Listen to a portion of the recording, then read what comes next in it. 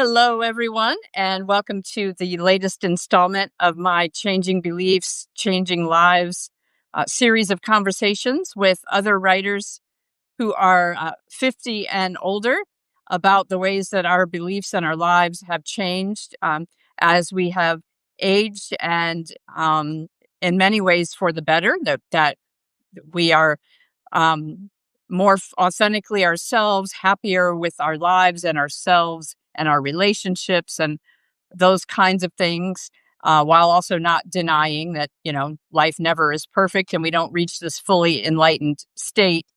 Um, my name is Wendy Gordon. My Substack is called Changing Lives, and it's for anyone who wants to change lives, starting with their own. Because, of course, we can't help shape the world in a positive way until we do our own inner work and are comfortable in our own skin and able to have good relationships with ourselves first. And that is also a work in progress, certainly for me and for everyone I know, because we're still human and imperfect. And my guest today is Deborah Jeanne Weitzman, and I will now let her introduce herself and her work. Hello, everyone. Thank you for joining us. I'm very honored to be here with Wendy. I am over 50. In fact, some over 50, maybe a couple of hills over 50, but still very active and very, very well right now. My Substack is Set Your Voice Free, and I write about the voice, not just the singing voice or the speaking voice or the writing voice, but just the who we are voice, and also what's interesting or what makes me curious. And and I'm the proud author of this newly published novel, The Sinking of the Leonardo da Vinci. And I'm so happy to be here with Wendy. Thank you for being here. And I know I'm not the only one who is intrigued by that title of your novel and wondering um, what inspired it and what the process of writing and publish it has been like for you. So tell us more. Well, I know I have this title, The Sinking of the Leonardo da Vinci, which actually was a cruise ship when I was very young, I worked as a travel agent in New York, and I was sent to represent the travel agency on this cruise line when I was young. And the ship does not sink. It's not the story of a sinking ship. I use it more metaphorically. The actual cruise line has actually sunk, but not while I was on it, and not at all when it was in my story. But yeah, I weave in some themes of climate change and loneliness and finding community and what we really need. And so, I have it more as a metaphor, the title. And Wonderful. why did I write that book? Right. Oof, yeah. I mean, for me, I write a lot because of questions, things that I just won't ever be able to find out. And not that writing will give me the exact answer, but it somehow leads to at least some meat that could be underneath why something happened. So I was on the ship when I was very young and fell madly in love, which sounds silly to stay with that when I was 20 and I'm over 70 now. And why did I stay with that feeling? It was a strong, big love. I was very lost as a young person, very insecure, and I felt seen by this person as I had never been seen before. And it just, and it was a long time ago, before internet, before cell phones. And well, of course it didn't, I won't tell what happened, but um, I never really knew what happened. And then many years later, I moved to Europe. I had a lot of boxes of diaries. Like many writers, I poured my life out into my diaries. I had many boxes at the basement at my mom's house. Mhm. And then she went to move and never thought to tell me that there had been a very bad flood. So my husband and I came to Massachusetts. with hazmat suits and masks, and we went through all the boxes, and everything was destroyed. Mm. And I had this amazing correspondence with Anais Nin when I was young, all destroyed. And only one diary remained. It had like sparkles around it. It was very bizarre. Really, everything was blue with mold except one diary. And that Amazing. was the diary of the story of what happened. And I took it, I was living in Berlin at the time, and I took it home, and it was from 1976. And this was now 2012, I think. And I read about myself. Of course, I didn't remember all of it. I mean, I remembered that I was madly in love when I was young, but I didn't remember all the details. And I had all the details in this diary. And then I got really curious. And then, well, I don't want to tell all of it because I don't want to give the whole book away. Sure. But it was a lot of curiosity. I can imagine that. Uh, and it's an interesting synchronicity that you mentioned, the flood and going in with hazmat suits to see what you might be able to salvage. Because last week, my husband and I actually traveled to his brother recently died, and we um, needed hazmat suits to go through his effects in his trailer, and so I can relate to that And I'm certainly. so sorry. My Thanks. condolences. And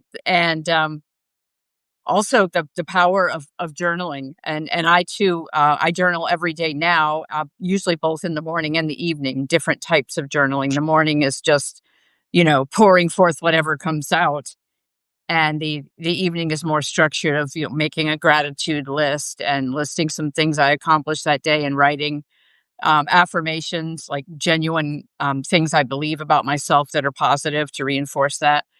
um, but anyway, yes, as you wrote in one of your posts, writing is incredibly healing. And especially for me, not just journaling, but even more so publishing what I write online, and being vulnerable about my struggles with depression, Mm. other mental health challenges, the unexpected and very sudden, painful end of my former career, pouring all of that out and publishing it online for anyone in the world to potentially see, has been incredibly liberating and freeing of that shame. It's like, this is who I am. This is part of my life.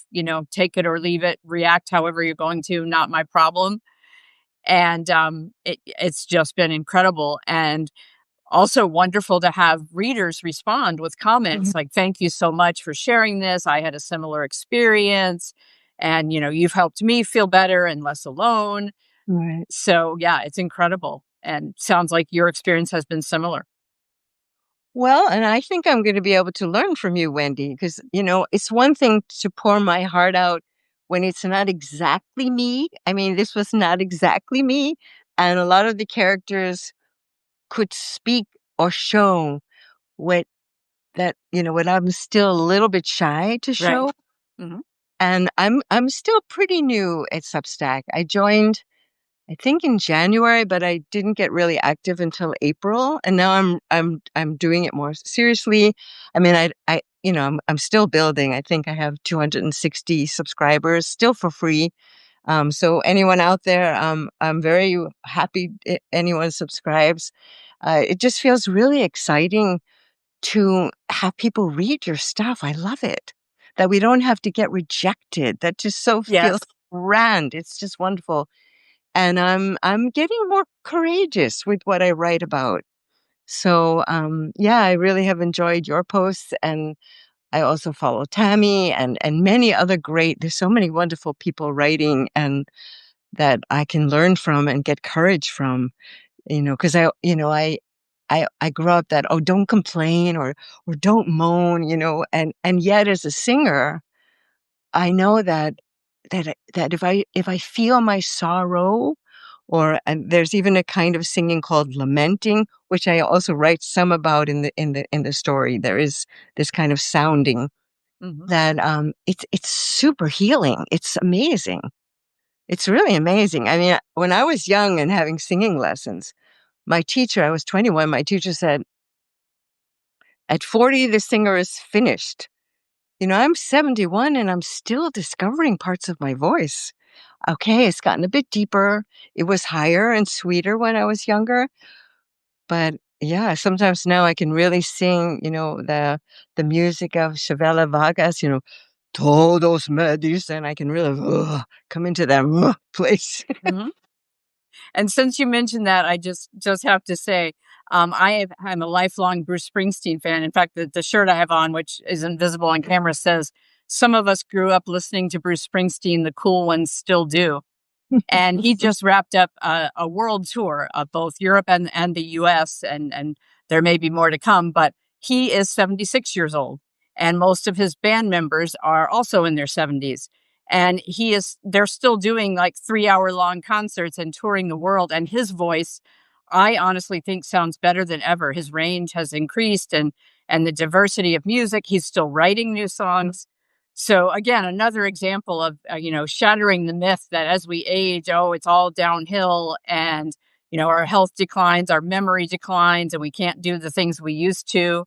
I mean, there certainly are some limitations, some new realities, and some people, have greater challenges than others as they Hmm. age. But nevertheless, for many of us, as you wrote in one of your posts, it's a or um, the note that you quoted. For many of us, we are being reborn in midlife and beyond, and finally stepping into our authentic selves and speaking our truths, and not really worrying about fitting in or how other people react. Right, absolutely. Mhm. Yeah, I mean this sense now of yeah, that I what do I want to carry with me and what can I let go of?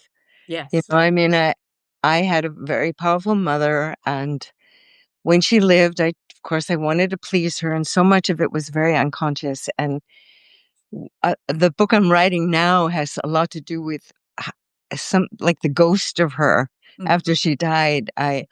I felt her very strongly, very powerfully, which was also very healing, and able to let go a lot of old beliefs. I mean, I write about it in the sinking of the Leonardo da Vinci. I mean, I had a lot of old beliefs to let go of, and so I write about it a lot. Can you give some examples or one example of an old belief that you had to let go of?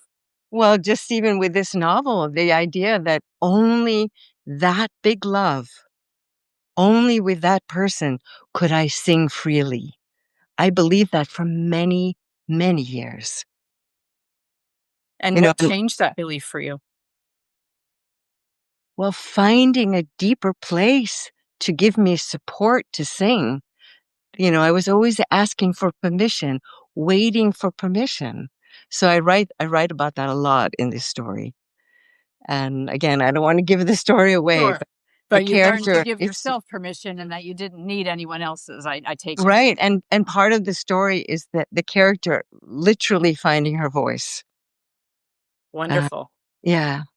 And that's just been for me, like, you know, so much of my young years, I had the idea that others just knew more. They were all at that class that I was not in. I know Mhm. I'm not the only one now with that thought, but I was so sure of that. That and now we can see. I don't want to get into too much politics, but there's so much insanity going around. If we were all, shall we say, in that class, I think the world would be in a little better place at the moment. You know. Yes, I agree. And it is very hard right now, um, for so many reasons, and for everyone. And I think true healing and social transformation um, requires not only those of us who are appalled by what's happening, but some sort of reconciliation and reintegration with even the people perpetuating the harm. It Mhm. makes me think of like the late Archbishop Desmond Tutu and his work in South Africa, the reconciliation work, and the Dalai Lama, how he doesn't hate the people who forced him to flee his home country, and he just it's so powerful. And I also recently read a book, See No Stranger by Valerie Carr, and she has a movement, a website, the Revolutionary Love Project. Mm. that is all about that. She is Sikh, and so Sikh men are often mistaken for Muslims because they wear the turbans. And Mhm. so after 9/11, someone that she was close to became the first hate crime murder in response, to people blaming all Muslims for the actions of a few terrorists. And it's just so powerful. The whole book is kind of autobiographical for her about the different circumstances, both personal and communal and societal, that um, helped her see that Mhm. the need for that healing. And even if that healing, it means you never have contact with that person again. It Mhm. can be just inner healing of forgiveness and letting the desire for revenge and the hate leave your own heart. Right. But incredibly powerful book, and I think there's just a growing recognition of that. Although I will say for myself, when I have participated in protest marches or had conversations with people about politics or religion, which are so intertwined now in the U.S., Mhm. um, there I have been disappointed by um, the response to like the original hate or violence with more hate and calls for violence as Right. retaliation Right. in situations in my country and all over the world. Yeah. um yeah, it's just so hard. And it comes back to what you said earlier about, we have to love ourselves first and let go of the beliefs that we're not enough, and that, other people are our competitors or even our enemies that we have to, defeat or, be better than, some superior, dominate, etc. And it's challenging for sure. Right. I mean, I left the US. I sometimes tease, but it's also was a little bit true that I'm a Reagan refugee. I left the US for two reasons, partly Reagan, and also I was living in San Francisco when the 1989 earthquake came. Oh, And we don't hear very much about how artists lose everything in an earthquake and in a big earthquake. Um, but I had a ton of work before the earthquake. I was teaching acting classes, I was singing, I was writing a lot of songs, and I'm also an Alexander Technique teacher and voice teacher, and I had about 40 students a week. And after the earthquake, I had zero, really zero. And well, we know how the US is anyway, but it's not like there was a lot of funding for artists who lost all their work after the right. earthquake. So I had just made a new CD, and ironically, the guitarist who played was from Italy. And so he was going back and forth to Europe.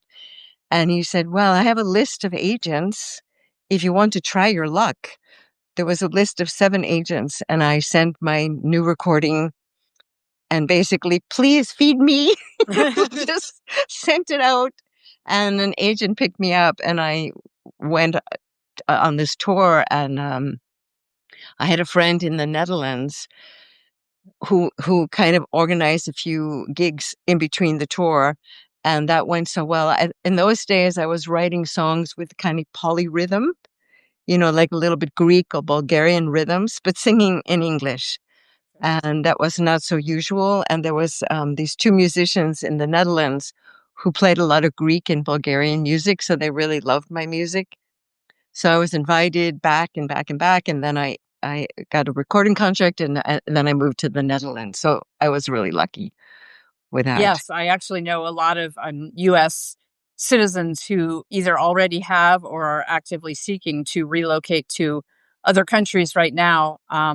And it is becoming increasingly difficult to do so, at least for those of us who don't have great wealth or influence. Yeah. Because even though living in those countries would be significantly less expensive and, you know, better health care that you don't have to pay a fortune for and all of those things, the having the funds to move there in the first place and the income to prove to be allowed to become a resident and all of Mhm. those things do present challenges for sure. Absolutely. I mean, I was completely poor as can be when I came to Europe. I mean, literally, I would get food when I sang, and I would get paid, and that would take me to the next gig. So, yeah, and So I feel very lucky about that. But on the other hand, I have to say, even from Europe, because I still have an American passport, I have two passports now. I live officially now in Norway. That's another story. How I got from Netherlands to Norway. But well, I'm married to a Dutchman who lives in Norway, so Okay. that's the short version. But I try to do a little bit of activism still in America because I really feel like if it doesn't change there in America, all that, let's call it poison, is going to come to Europe. Everything from America comes over the ocean, over the pond, as they say. I'm right now in the UK, so they call it the pond. But yeah, so I'm really hoping that I don't want to say that I hope it gets that bad that people finally begin to realize, because I know a lot of people are working hard and fighting.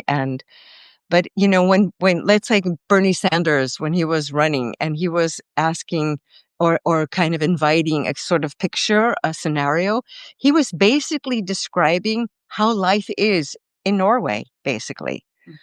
Norway is one of the most capitalistic, materialistic countries, and yet very socialistic as well. I know probably all your listeners, or shall we say, are in our choir, but if anybody is still wondering, I mean, socialism, it doesn't take away. I don't know why in America a lot of people have this fear of that word, that, and you just well, you don't have to come to Norway, but just read a book by a Norwegian or ask me. Yeah. I think Um, that's one of the challenges, is that so many Americans have never even visited other countries. yeah, We don't speak other languages than English. So our entire understanding of how the world works from the time we start in school as young children, and certainly reinforced perpetually by society, is that this is the best way, if not the only way, just the way things are. And it is sad that there's not greater awareness of possibilities. And as we said before, so much of it comes down to who has the power and the influence. And as the traditional media are increasingly consolidated with their ownership and their who controls the narrative of what can be published. right, um, right. there's so many factors that shape our beliefs, um, and that ties back to our individual changes as we age, that we start to question those narratives and those beliefs Absolutely. that we've internalized, and say, hey, wait a minute, I am not happy living this way. This is not healthy for me. Mhm. This is not my definition of success or how I want to live. And so whether it's moving to another country, or just simply embracing ourselves and choosing to live differently, which is challenging in a capitalist society that doesn't have a social safety net. But Right. nevertheless, when I gave up, combination was forced out of my former career as a pastor, um, it it brought a great deal of financial turmoil that isn't fully resolved yet. But at the same time, um, there's no way that I could have continued to stay silent and basically compromise my own values and pretend that what other people, defined as Christian behavior, that was the hate and the violence and Mhm. so forth, that I was okay with that I believed that was, what God wanted, or any of that. Right. And so, as hard as it's been, the stressors of finances and not having health insurance and things, is still less than the stress I would have felt if I had not been true to myself and just gone Right. along, to keep the peace and keep my job.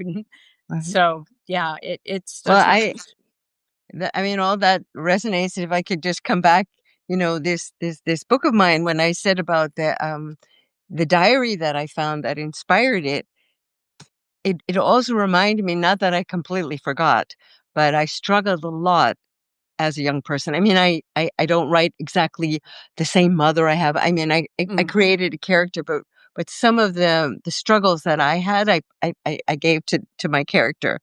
And some of that was also this sense that was so strong when I was growing up in New York, that you had to make it. Yes. but you had to really make it. And my mother was so busy with that. And I always felt like I wasn't enough. And, all those, the backside of it, became a terrible overeater, later with alcohol. And we spoke at the beginning. I'm so grateful for many, many years of recovery.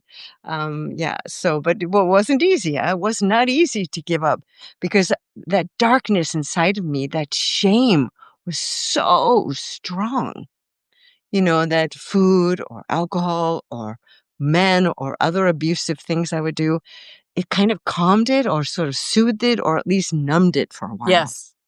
Absolutely. And even though I'm not a recovering addict, I have struggled with depression for much of my life and the same kind of shame issues and underlying I'm not enough and my self-worth comes from achievements and awards and being the best. And, as a child, I was the straight A student that all the teachers loved. And there was one report card when I was in junior high where I got all A's except for one C. And all my parents could focus on was how could I get a C and I could do better. And, the same thing as we begin careers and throughout our lives, we do get that strong message that our value comes from what we do and being productive citizens. And I mean, even the phrase earn a living, Right, we have right, to earn the right to exist if you take right, that literally, right? And we define net worth purely in financial terms. So right. there's so many ways that message gets reinforced, and we have to Absolutely. change that belief that we've internalized and realize, no, I am enough just because I am, and my um, authentic self matters and is should be free to exist, even if other people disapprove. Right? Absolutely. So, when I was with the publisher, I got some, they edited it, and I was going through the edits in February, and Trump had just been elected, and even though again I live in Norway, Trump was still the cover of the newspapers every Hmm. day. Anyway, I was very very sad about all that, and when I was going through my book, there is some bits of politics. It takes place after 9/11. There's two stories. One story is in 1976, and the other story is 2002, during the buildup of the Iraq War. And one of the characters that I have in the book is very yeah, he's very political and very smart. So I did a ton of research while I was writing this book, even though it's not the main theme of the book, but it's sort of one of the threads woven through. And I was really enjoying my own, shall we say, my own book, with that sense of kind of understanding history. I mean, I know a lot of us are listening to Heather Cox Richardson, who always brings in history to help us deal with what's happening now. And I thought, oh, I have all this kind of sort of history in my book as well. Not so long ago, but also woven in. And this, because it's one of my questions. My husband also works with climate change, so there's some of that. How do we live more sustainably? How can we live a very rich life without being rich? Yes. Because, and sometimes when I write something, somebody will write back, "Oh, you must be so rich." And I'm not at all. I've never been. I often travel in a camper. Uh, I mean, I could make money stretch, cooking lentil soup, eating oatmeal. You really can find ways without spending a ton of money, to find richness in the moments, in movement, in breath, and making humming sounds. There's so much we Yes. can do for free. Yes, absolutely. And one of my greatest pleasures is spending time in nature. There's a local park that I walk in when it's not 100 degrees at dusk like it is currently here in Houston. But anyway, it has a lake and just a simple concrete path around the lake and some trees. But I always see great blue herons there and often bunny rabbits hopping around. And it's so easy to be in the moment and be calm Mhm. and just enjoy there versus being at home and the mind is racing with everything that's happening in the world or everything I need to get Yes. done that day and so forth. So yes, many pleasures are free. And also, as I mentioned earlier, my husband and I just returned from uh, dealing with his brother's death, and his brother was not at all rich to was quite poor, honestly, and yet every person we met who knew his brother in that community, the trailer park where he lived, just gushed about how kind he was and how Mhm. giving and how he had helped them with whatever, and those are the assets that really matter. Those are that's the kind of legacy I want to leave. I don't want to be remembered as a famous whoever or a billionaire. That would be, some days I think that would be awfully nice, at least for a while, to pay off my debts, right? Mhm. But ultimately, no, that's not what's truly important in life. And I think it's so easy to forget that and get caught Absolutely. up in the competition and the constant striving to be more productive and be able to buy more things. And Yeah, I mean, it's even one of the things that, I'm still, as I said, pretty new on Substack and learning about it. That a couple of weeks back, I got a little bit busy with, "Oh, no, my subscribers are not growing enough," and it seemed that it was happening to everyone, and then I kind of took myself a little bit back, and I was still in Norway then, although here, in Scotland, it's also beautiful and green. So we live very near a big forest, so I can go into the forest and walk, and luckily, we don't have it that hot. Sometimes it's quite cold in the summer, but it was actually a pretty good summer. So I could go walking and just trying to put it in perspective that I'm so grateful for the people that I can touch, that I can inspire. Because one of the things that very much upsets me in this time we live in, that I mean, that somebody like Trump could even be elected. It's really sad for me that I want I mean, I want values to be still kind and loving and caring, and, sometimes if I spend too much time kind of looking at what's around, it can be a little scary what a lot of people are busy with, and then I think, "Okay, I'm an older person, and yeah, in a way, I can retire now. All my years of giving concerts and lessons, I get my little pension. I mean, it's not very much, but I get my little pension, which is I'm very grateful for.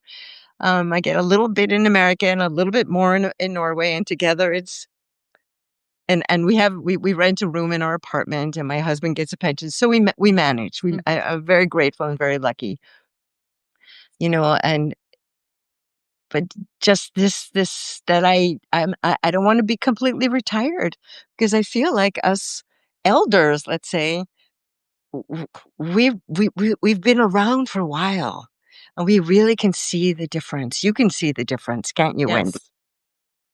Yes, and, so many, younger women, you know, don't remember, and even I don't remember, I'm just aware of it historically that, it wasn't until, like, the '70s that a woman could even get a credit card in her own name without her Mhm. husband's permission, Right. and, my husband and I have been married since 1991, and I made the choice to keep my maiden name when we married, and at that time, that was almost unheard of, Mhm. and we even had to, like, produce our marriage certificate to prove to our insurance company that we were husband and wife, and for all kinds of other purposes, to be treated as a married couple.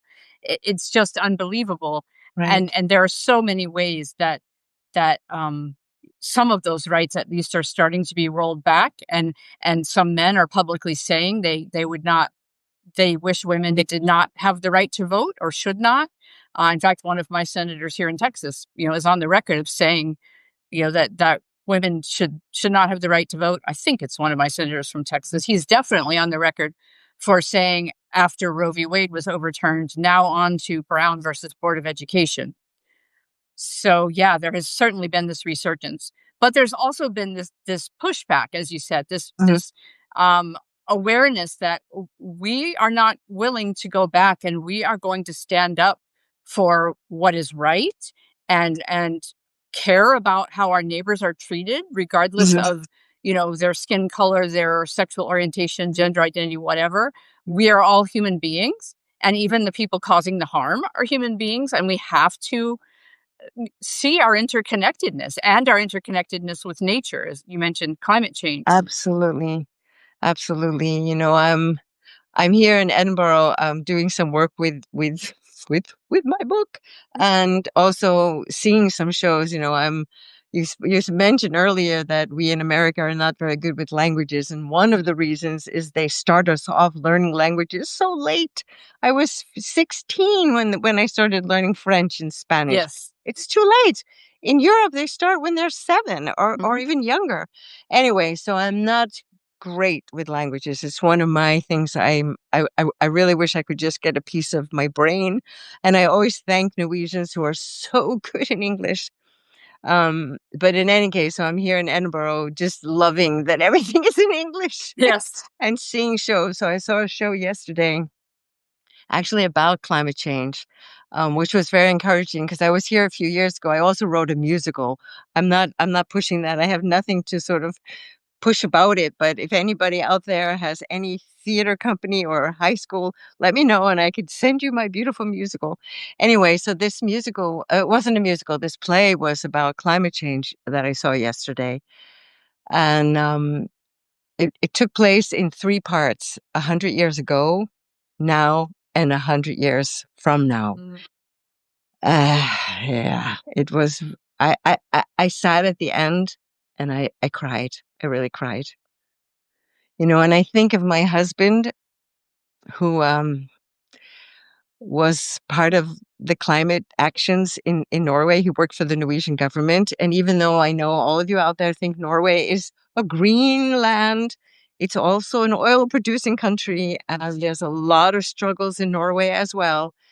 And sometimes he would come home, oh, and he would curse in Norwegian because he said they're making us do another report because they didn't like what the results were. Yep.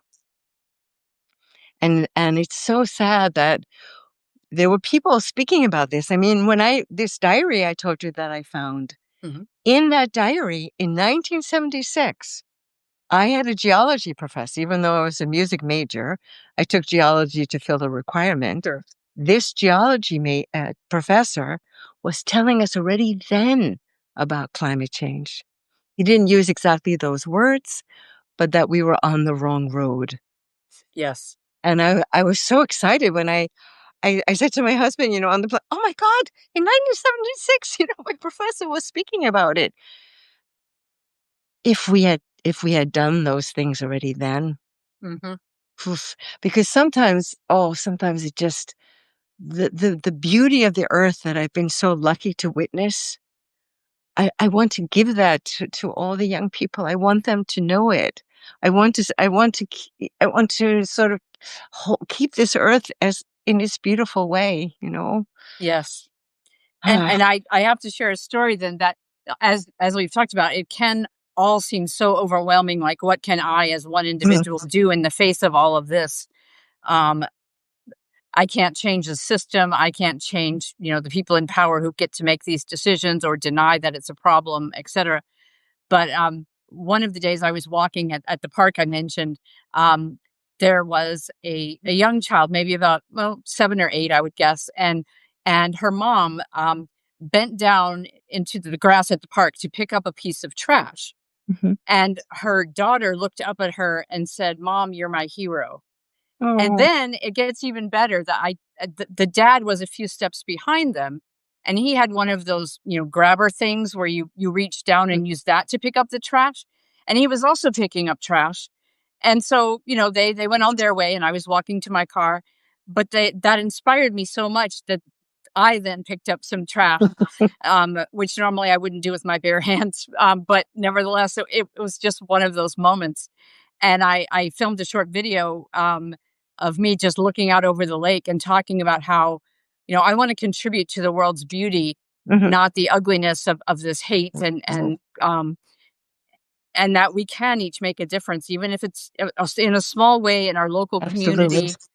And also, I know from my former career as a pastor that many times we make such a difference in people's lives and we never know that. Or Right. we somehow run into them years later and they say, when I was going through that hard time, you said this or that your card or whatever meant so much to me. Right. And we may not even remember the incident, right? What we Right. said or did.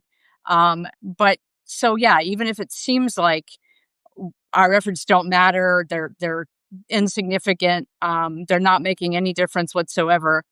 I think they do, and if nothing else, they make a difference to us because there's plenty of mental health research that about the benefits to us of helping Yep. other people and volunteering. And I frequently mention the story of the lone protester at the in front of the White House of the Vietnam War, who Mhm. every single night stood there with a candle holding vigil and was asked by reporters, why are you doing this? Even in the rain, you're here every night by yourself. Do you really Right. think you're going to change these policies? And his answer was, I'm not doing this to change them. I'm doing it so that this doesn't change me. Right. And It's so true. just, yeah, Yes. so powerful. So if I can jump in there, this husband of mine who works with climate change, he's 79, so obviously he's retired from his regular job. He's very active in a group that they have in Norway called Grandparents for Climate Action. We don't have any grandchildren, so you Mhm. don't have to have Right. grandchildren. But so he's really active with that. And this sometimes when I come to the US and I want to talk with people about anything, and I'm always amazed how many people will say, "Oh, it's too late. There's nothing we can do." And that's the fossil fuel industry that wants us to think that. Yes. It's really not true. Yes, it would have been better if we started, 30 years ago, 40 years ago. But even now, we still can turn the tide. There are going to be some bad storms. There will still be fires, but we can change it back with different actions. And there's so many small things we can do. I mean, depending on what we eat. Yes, you can pick up trash, of course. Right. Recycling, of course, small things, but also where we buy things. Yes. Our clothing. Do Mhm. we really need that new thing? How we use things, recycling things to use them again, or fixing things. And there's so many small things we can do. And yes, I think it anyway helps the situation. I mean, the earth is going to probably be fine if we were gone, humans. Right. But we humans, I think we love it here, so we don't wanna leave. I'm not ready to go to Mars, and I don't think that's a good option. Right. I love this planet, and I really want to be here and nourish this planet. Um, but yes, also the actions, taking an action or joining a group that takes good actions is also really good for us. Absolutely. And again, my little advertisement from my new baby. So in this writing of this book, I was creating the place where I've always wanted to live. So I kind of created this community in a part of Italy. It doesn't really exist, Mhm. but I created it, and they're doing this permaculture farming Yes. and living really more sustainably with the land. And again, with the writing of the book, I did a lot of research, and there's some really beautiful things that are happening around. And while I was writing the book, I'm not a fast writer, and I'm very dyslexic, so I have to always fix my sentences, Hmm. my paragraphs, and because I've lived abroad for a while, I'm a little insecure about my English, so I sent it to a lot of editors. So in the years that I would work on the book and then revise it, I would create a character, and then I would actually meet them. It was so bizarre. It happened many times, like, for example, I was singing on the island of La Gomera one winter, and they have a community there on that island. And I met this woman, and I met her, and I said, "Oh my God, I wrote you into existence." She said, "Well, sorry to inform you, but I was here before you Before. came." But it was such a coincidence that she was just how I had created, or in my egocentric writer's god mind, right? We create our characters. Anyway, so I really love that of the writing of the book, and for some readers that I'm now beginning to get some letters that um some write that they can escape into a sweeter world, but it's not just like a, let's call it an airport reading. It's an escape where you're kind of thinking some juicy thoughts. Yes. And it goes back to the importance of community again, even with writing on Substack, to have, to kind of share a personal story. For me, I used to write long form essays every week, and now I enjoy these lives more because of the interaction. But I would write these personal essays about things in my life, and and just be amazed that I would even get any subscribers other than family and friends. Like, why would other people care about my life, right? They don't know me. And it was because they resonated with the deeper underlying issues. And so even though our experiences were different, Hmm. we found that common ground underneath and the similar struggles and just so many wonderful ways. And that's why I'm so passionate about the importance of community and authenticity in our interactions. It's kind of funny now because I'm so used to being in groups and one-on-one conversations where when someone asks, "How are you?" they genuinely want to know and they care. And so now sometimes in like normal social interaction with strangers situations, and someone says, "How are you?" I start to answer honestly. And some of them are delighted and proceed to, we have a wonderful conversation. But many times, they kind of get this shocked look on their face and back away and quickly leave because they don't want to go deep, they just want the fine. How are you? Um, and I that's know again why it's. I'm starting this new membership community next month. And the first gathering is free, and it's on September 7th, and it's open to the public. But you do have to register because I can only accommodate so many people on my Zoom account.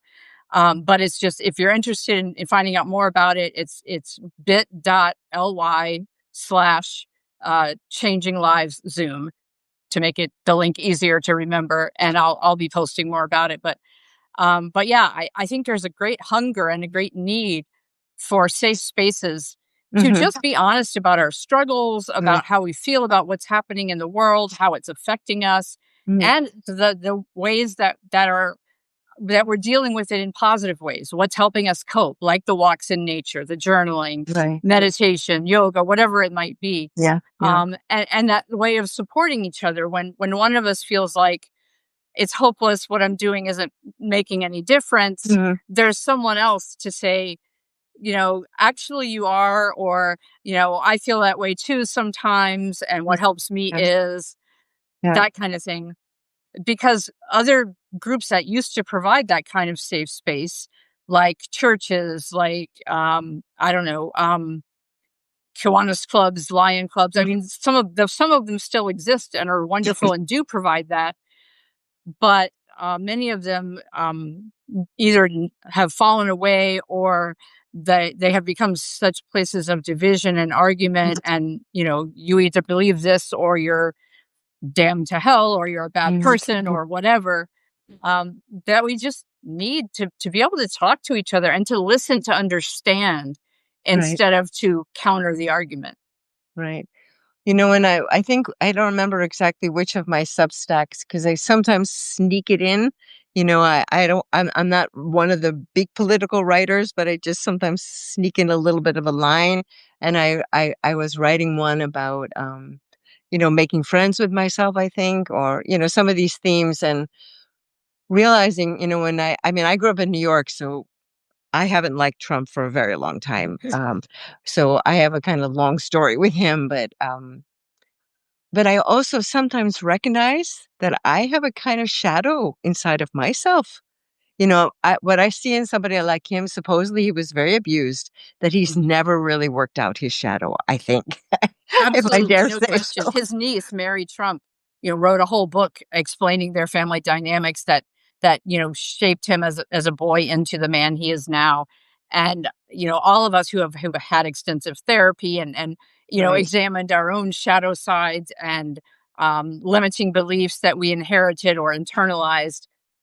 But You I know, sometimes feel that partly why he's so popular is that it's very popular to not look at your shadow. And so a lot yes, of people really like that. And I was writing that a part of me, I was like, I want to be like Trump. But it was a piece of me like, well, come on, Deborah, you can have a bit more courage. And I'm really learning some more courage being on Substack. And I'm going to learn more from you, Wendy, to have, because I get a little bit, when I put it out there, I'm like, "Ooh, is it okay that I put it out there? Are people going to just think I'm complaining? It's like this very fine line, or that liminal space between really honoring darkness and still with the light coming through in a way. It's like, yes. but if it's only light, Then it's it's almost fake. like the unbearable lightness of being. And if it's only dark, it's like too stuck. So Yeah. this finding this kind of mix and a little playfulness. And so I have a new one that's coming out. Uh, this I have. I think it's coming tomorrow. I wrote it as a little note about shedding skin, that I didn't realize how we shed our skin everywhere. And I was thinking, oh, maybe that's why I'm always so homesick, because I've lived everywhere and I have a little bit of me everywhere. And so many people reacted that, and one person wrote, "Oh, couldn't you write a longer essay about this?" Hmm. And I was doing some work to make this a longer essay, so that's coming out tomorrow, about shedding our Wonderful. skin. So, yeah, and just this, and just having, I don't know, just having more courage. So I don't know if you have any tips for me about getting more courage I to. think you have already shown remarkable courage. I have read a few of your posts. Um, and especially the one notes on depression, even though you don't go into great detail, about your own life, just the triggers that you mentioned, one of which is comparison, which, Mm, overall writing on Substack has been great for my mental health. It's reduced my shame and I've met wonderful people and had conversations like this one. mhm, But there is that comparison aspect. mm, Now, I started on Substack in 22 before Notes even existed, and it was very different. And then when Notes first started, it was just other writers like helping each other, those of us who had been here longer explaining to newer writers, this is how you do mhm, whatever. And it was just very always friendly and kind. And much of it still is.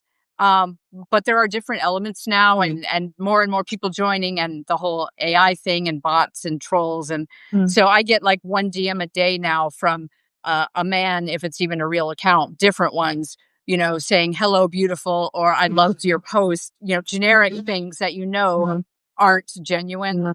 mm, right, And it's just sad to see that happen. And it's sad on Notes to see that. I personally was really heartbroken when Glennon Doyle was on Substack for like 2 days, and I joined her private community, and it was so wonderful, and all of us were loving it. And within 2 days, she left because people were posting on Notes that even though they were fans of hers, they, can't you just give us the space? Like you're already established, and I'm trying to write about the kind of like they saw her as a threat and a mm, competitor. right, And just anyway, it was just very sad to me to see that happen. Um, but again, I have to acknowledge in myself, even though I didn't react that way to her, I react that way to other writers who aren't well known, who have more subscribers than I do, and who are bragging about how much money they're making or how fast they're growing. And I'm thinking, I've been here since 2022, publishing every week, and I still don't have as many subscribers as whoever does. right, But like you said earlier, then I come back to yes, but if I even help one person feel mhm, better, that's really what's more important to me. yeah, And also, I'm more into the authentic conversations and the community I'm forming and the one on one coaching that I'm doing. So it's okay if I don't have as many subscribers here because I'm more interested in authenticity and genuine connections right, than having a big mailing list, of people yeah, who yeah, maybe occasionally read part of what I write and then keep scrolling. right, right. Well, I'm still pretty new and learning, and yeah, it feels like it's changed a lot. So I was very honored to be able to be with you, because I feel like Well, you're one of my tribe, maybe. Like, can I say? Yes. you know, Yes, and um, I did subscribe to your newsletter for sure because I enjoyed your post that I had time to read before this conversation. thank you. And yeah, again, it all comes back to being our authentic selves, Mhm. and I have discovered over since 2022 when I started here that over time my tribe does somehow discover my work. Right, And right. the more authentic we are, even, saying something controversial that we know Mhm. some people aren't going to like, that also helps attract the people who resonate with it and are grateful for our honesty and for being willing to talk about it. And Right. so when I first started posting about my own mental health struggles, which included a very severe depression with suicidal Mm, ideations like the year before I started here, before I hit publish, I thought, do I really want to do this because potential clients could see it, potential right, employers, who knows who that might judge me or reject me based on this. right. But then another part of me kicked in and said, well, if they would react that way, that's not someone I would want to work for or be in a close Mhm. relationship with Right. anyway. So why am I worried about it? Yeah. The shame piece, as we talked about earlier, just hitting publish on that healed so much of my shame. Oh, that's And great. Yeah. even though I had the head knowledge that depression is not a character flaw, and lots of other people struggle with it too, and all kinds of understanding of attachment styles formed in childhood and Mhm. everything. Mhm. It's different when it comes to yourself. For me, it's so easy to be empathetic and compassionate for others and explain these things to them and offer suggestions that have helped me deal Yes. with similar things. And yet there's still that inner critic in my head saying, you're not good enough. Or why would anyone care about your stuff? Or look at so and so. They Right. already are doing better than you are, and you've tried a lot longer, or whatever. Right. Um, Well, but I want to continue this conversation. Could I do one last little advertisement for my book? yes, So anyone who's curious, there's a campaign from the publisher. I think it's very cheap now on Kindle. So yeah. So I mean, not that I want to support Amazon. That's always that is a the dilemma thing. for many of us right Yeah. now. Yes, But I it understand. is in some bookstores, and you always can write me and I can send you one. But, yeah, but I thank you so much, Wendy. Thank you. Because yeah, I mean, right now I'm doing well, but, being older has challenged me a little bit again with some depression issues like, "Oh, no, I can't be having that now." So I'm very grateful that right now I'm really okay. I feel very fine and, very, very grateful to be alive and very grateful to have spent this hour with you. This was lovely. Likewise, as I say every week when it gets to the end of the hour, I could continue this conversation for another hour at least, and I love having them. And that's why I'm starting the community, because more than just one-on-one conversations, I want other people to be able to chime in too, and us to mutually support each other in wider ways. And um, but yes, I thank you for being my guest, and Thank I will you. continue to do these lives every Friday with different guests. So if you are on Substack and you are over 50 and would like to be one of my guests, please DM me. I'm currently booked through the end of August, but I am taking names and plan to keep doing these because I'm meeting so many wonderful people and having these great conversations.